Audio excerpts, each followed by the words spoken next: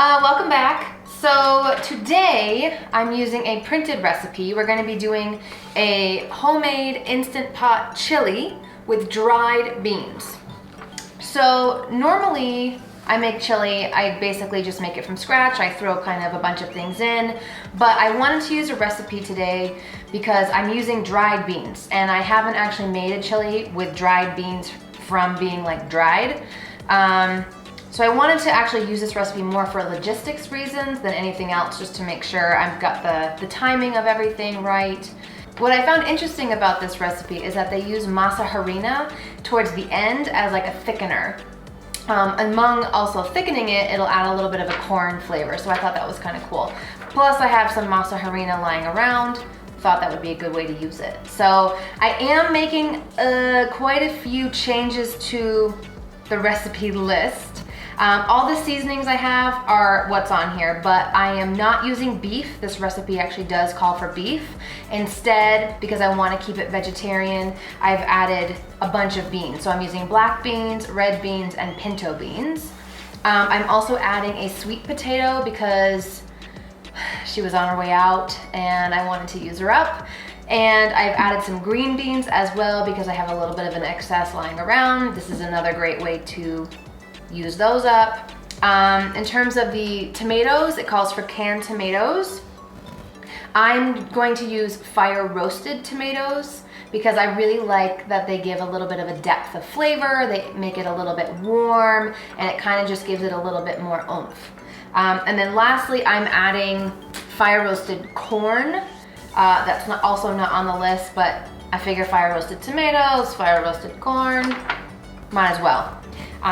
Cool, so we'll get started. Basically the first step I'm gonna do is we're gonna saute the onions and the sweet potatoes, bell peppers, and the garlic. And then from there we'll keep going. So I just wanted to kind of give you guys a look since I've already pretty much chopped everything. I wanted you to just kind of see the size of everything and how it looks and the portions and all that. I am keeping the sweet potatoes on a little bit of the smaller side. As they cook, I'm actually hoping that they'll disintegrate a little bit and add to the creaminess of the chili.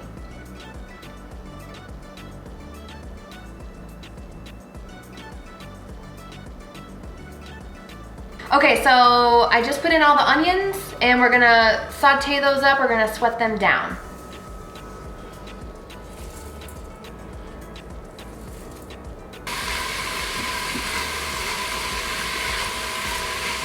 Okay, so the onions are looking pretty good. They're sweated down. Now I'm gonna add the red bell pepper and the garlic.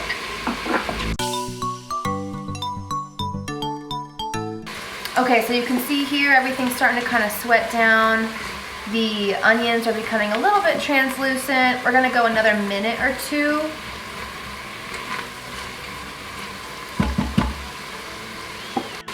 Okay, so at this point we are ready to add our spices. The recipe is actually calling for a fair amount of spices, so I am gonna use my teaspoon and tablespoon here.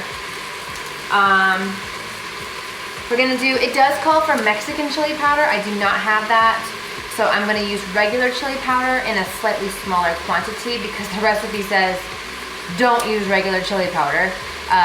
But I am gonna use a little bit just on a smaller scale. Cacao powder, which I think is an interesting element to add to chili, but I'm interested to see how that turns out. Cumin, a little bit of cayenne, garlic powder, and dried oregano.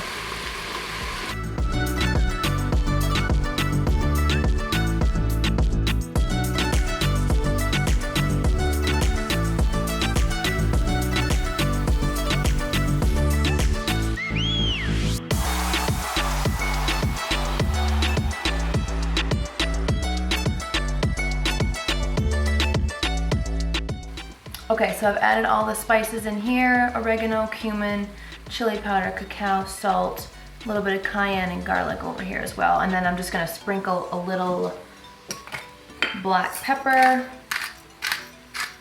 and we're good to go. All right, now that all the spices are in, I'm gonna give everything a stir around. I have turned off the saute button because I didn't want anything to burn. So I'm gonna give it a little stir. It's super fragrant right now. Okay, so next step is we're going to add the broth. It does say beef broth. I don't have it. I'm gonna use chicken instead. A couple little adjustments I'm making here. So the original recipe calls for a 14-ounce can of tomatoes. I'm using a 28-ounce can. The recipe calls for 4 cups of broth. I'm probably going to cut that in half to 2 to compensate for the extra tomato sauce that I'm using.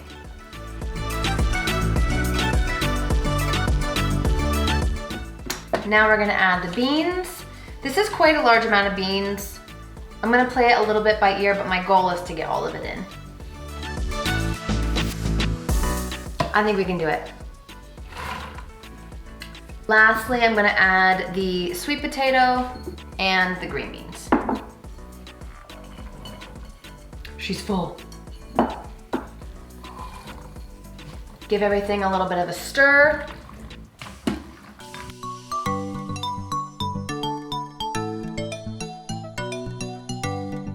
So it is pretty thick right now. It's possible that I may need to end up adding a little bit more liquid. Since the beans are dried, I'm not sure if they're gonna plump up anymore and, you know, absorb more liquid. I think I am gonna actually add a little bit more liquid now that I'm thinking about it. So I'll add a little bit more broth of the chicken broth, and then I'm gonna put the lid on and let it do its thing. I'm probably gonna add about half a cup to a cup.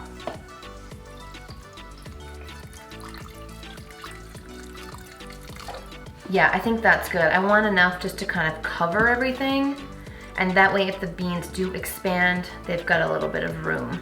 Worst case, if I open it later, I can add more broth to it if it looks like if it's tight and too thick. We'll see. All right, here goes the lid.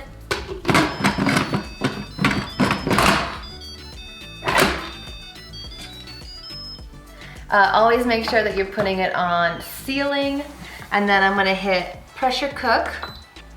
I want high pressure, 20 minutes. So now I'm just gonna sit and let it do its thing. All right, so we're back. The Instant Pot was on high pressure for 20 minutes. I've let it naturally depressurize for about 30 minutes.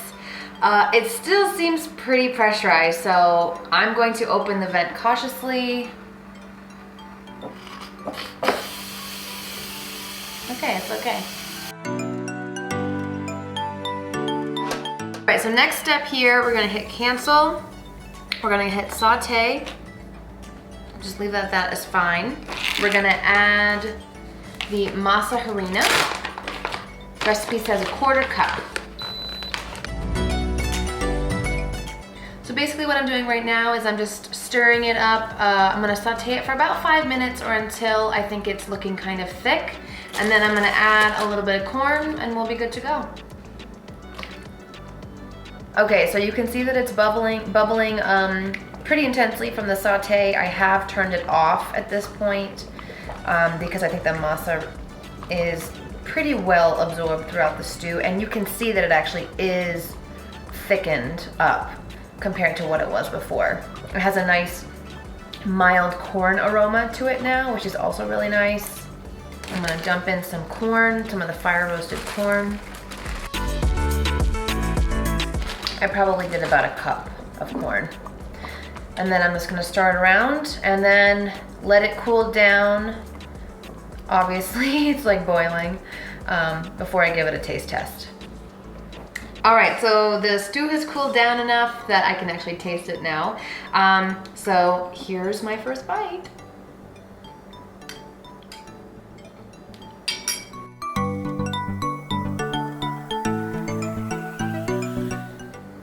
Okay, that's actually really nice. Texturally, everything is cooked perfectly for me.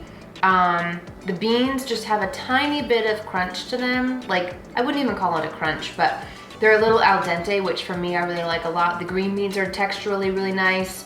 The sweet potatoes did kind of blend and disintegrate into the chili a little bit to kind of add to the creaminess.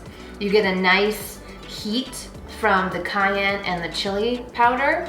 And then you also get a really nice, just a really mild corn type flavor from the masa. So really hearty, really good texture, super great winter stew item. And then I find that chili is a great way to utilize a lot of vegetables that maybe you just kind of have lying around. So you can kind of make it however you want it. Beans, sweet potatoes, regular potatoes, carrots, celery, any kind of tuber vegetable. You can throw some spinach or kale in there if you want. So you really can do anything to chili, which is why I like it so much. And then I also made cornbread muffins in preparation for tonight's cook. So I've got my muffin here, a little butter. You can jazz it up if you want to add some agave or honey. But yeah, overall, I like the recipe a lot. Super easy to make, pretty time friendly. You can kind of set it and forget it after the first like 10 minutes or so. And then just a little bit of a masa and saute at the end and you're good to go. So I would say this is a win. Enjoy!